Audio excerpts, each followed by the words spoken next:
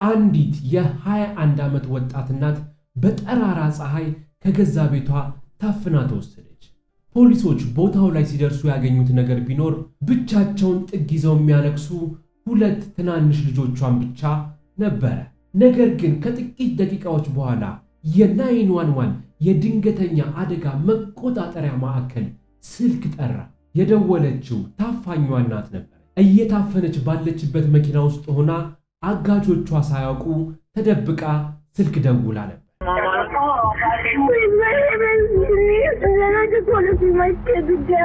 አጋቹ ማያውቀው አንድ ትልቅ ሚስጥር ግን ነበር። ይህች ያፈናት ሴት ስመጥርና ወንጀለኞችን በማደን የምታወቀው የፖሊስ መኮንን ልጅ ነበረች። እናም አባቷ ላስተማራት የፖሊስ ጥበብ ምስጋና ይግባውና ከሞተችም በኋላ ቢሆን ገዳዮቿን ለፍርድ ለማቅረብ ችላለች። ዛሬ የማቀርብላችሁ የዴንዝሊ ልብ አንጠልጣይ ታሪክ ነው። አብራችሁን ቆዩ። ለዚህ ቤት አዲስ የሆናችሁ ቻናሉን ሰብስክራይብ አድርጋችሁ እንጀምር።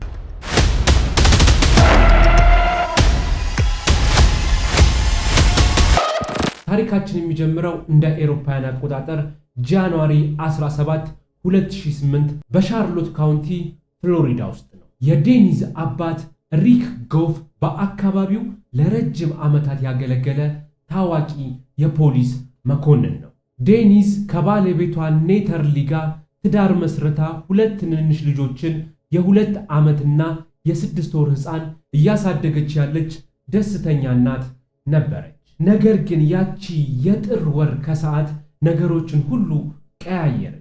ከሰዓት በኋላ 9 ተኩል ላይ የዴኒዝ ባለቤት ኔተን ወደ ቤት ሲመለስ ቤቱ ባልተለመደ ሁኔታ ጸጥታ ውጦታል። ልጆቹ ብቻቸውን እያለቀሱ ነበር። ዴንዝል ደግሞ የትም አልነበረችም፣ የለችም። ኔተን በፍርሃት ተውጦ ወዲያውኑ ለፖሊስና ለዴኒዝ አባት ለሪክ ደወለ። ሪክ የፖሊስ መኮንኑ አባቷ ማለት ነው ልጆቿን ጥላ የትም እንደማትሄድ ስለሚያውቅ ወደዛውኑ ምርመራ ጀመረ። የልጁን ባል ከመጠርጠር ይልቅ ጎረቤት ሄዶ ጠየቀ።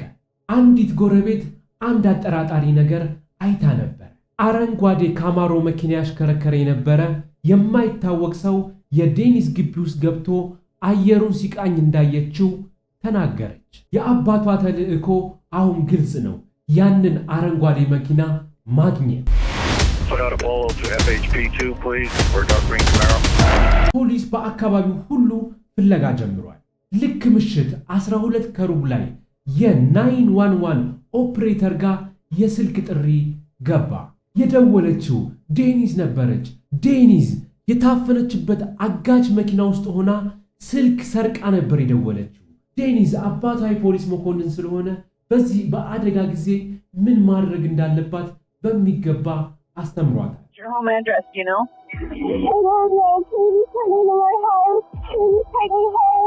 ዴኒዝ በማይታመን ድፍረት ለአጋቾቿ እያወራች በማስመሰል ለ911 ኦፕሬተር መረጃዎችን እየሰጠች እያቀበለች ነበር።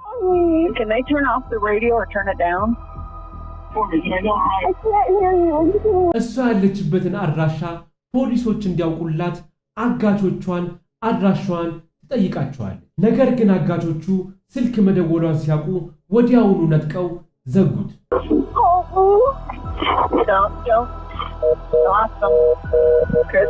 አባቷ ይህንን የልጁን የጭንቀት ድምፅ ሲሰማ ልቡ ተሰበረ። ነገር ግን ዴኒዝ እንደ ፖሊስ አስባ የተወችው መረጃ ትንሽም ቢሆን ፍንጭ ሰጥቷቸዋል።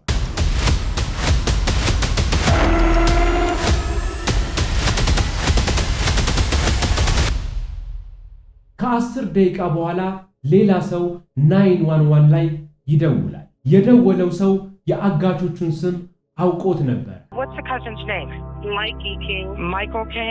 ስሙ ማይክል ኪንግ ይባላል። መኪናውም አረንጓዴ ካማሮ ነው። ፖሊሶቹ ወዲያውኑ ማይክል ኪንግ ቤት ሲደርሱ ቤቱ ባዶ ነበር። ነገር ግን እዛ ቤት ውስጥ ዴኒዝ እንደነበረች የሚያሳዩ የፀጉርና የታይፕ ምልክቶች አገኙ። አጋቹ እሷን ይዟት ቦታ ቀይሯል ማለት ነው። በወንጀል ምርመራ ሂደት ደግሞ ታጋጅ ቦታ ቀየረ ማለት በሕይወት የመትረፍ እድሉ በጣም ጠባብ ነው። በዚህ መሃል ግን አንድ ትልቅና አሳዛኝ ስህተት ተፈጠረ።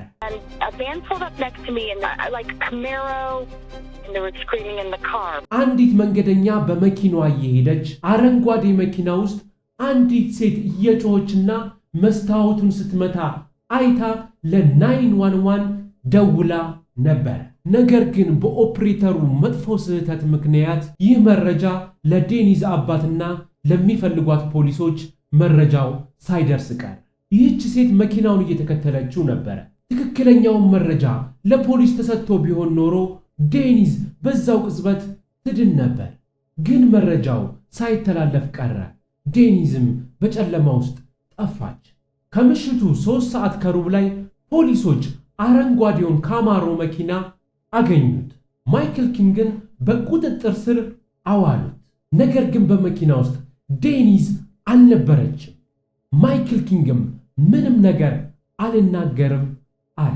ከ2 ቀናት ልብ ሰባሪ ፍለጋ በኋላ ፖሊሶች በጫካ ውስጥ አፈር የተቆፈረበት ቦታ አገኙ። የፖሊስ ውሾች ወደ ቦታው ሲመጡ ያ አሳዛኝ ነገር እውን ሆነ። የ21 ዓመቷ የ2 ልጆች እናት የዴኒዝ ሊ አስክሬን ተቀብሮ ተገኘ። የዴኒዝ አባትና ቤተሰቦቿ በሐዘን ተደቆሱ። ማይክል ኪንግ ለፍርድ ቀረበ። እሱም ግን እኔ አላደረኩም ብሎ ካደ። የገደለበትን መሳሪያ አልተገኘም። ነገር ግን ዴኒዝ ከመገደሏ በፊት እጅግ በጣም ብልህ የሚያስብላትን ነገር አድርጋ ነበር። ዴኒዝ መገደሏን ስታውቅ አጋቹ ሳያያት የትዳር አጋሯ የሰጣትን የልብ ቅርጽ ያለውን ቀለበት አውልቃ መኪናው በር ስር ደብቃው ነበር። ከዛም አልፎ ፀጉሯን እየነቀለች ከመኪና ውስጥ ጥላ ነበር። ይህን ያደረገችው ዲኤንኤ እና ማስረጃ እንዲገኝ አስባል። አባቷ ፖሊስ ስለሆነ ይህንን አስተምሯት ነበር። በእሷ ማስረጃዎች ብቻ ገዳዩ ማይክል ማምለጫ አጣ። ቤተሰቦች እዚህ ጋር ገብቷችኋል አይደለ?